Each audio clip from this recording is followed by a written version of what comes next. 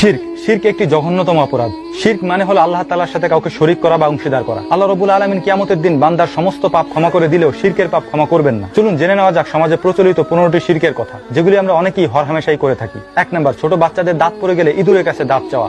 2 নম্বর, ট্রাকের পিছনে জুতা ঝোলানো বা কোনো গাছে জুতা ঝোলানো যাতে করে কেউ নজর না দেয়। 3 নম্বর, মাজারে গিয়ে কোনো কিছু চাওয়া। মাজারে যাবেন, জিয়ারত করবেন, যিনি শুয়ে আছেন তার জন্য দোয়া করবেন, নিজের জন্য দোয়া করবেন, আল্লাহ তাআলার কাছে চাইবেন। 4 নম্বর, বাচ্চাদের কপালে কালো টিপ দেওয়া যাতে নজর না লাগে। 5 নম্বর, পরীক্ষার দিন ডিম খাওয়া যায় না এটা বিশ্বাস করা। 6 নম্বর, যমজ কলা খেলে যমজ বাচ্চা হয় এটা মনে করা। 7 নম্বর, হাত চুলকালে টাকা আসে এটা মনে করা। 8 নম্বর, কোনো পাত্রে পা লাগলে বা লাথি লাগলে সেটিকে সালাম করা। 9 নম্বর, আল্লাহ ছাড়া অন্য কারো নামে কসম করা। 10 নম্বর, লা তিয়ারাতা বিল ইসলাম, ইসলামে সুলক্ষণ কুলক্ষণ বলতে কিছু নেই, এগুলি মানা শিরক। 11 নম্বর, গণকের কাছে যাওয়া বা জ্যোতিষীদের বিশ্বাস করা। 12 নম্বর, হাতের রেখা দেখানো বা হাত দেখানো। 13 নম্বর, কোনো কিছুর উদ্দেশ্যে হাতে সুতা বাঁধা। 14 নম্বর, মান তাআল্লাকা তামিমা ফাকাদ আশরাকা, তাবিজ ঝোলানো শিরক। তবে কোনো আলেম এটাকে বৈধ বলেছেন এবং তারা দলিলও দিয়েছেন।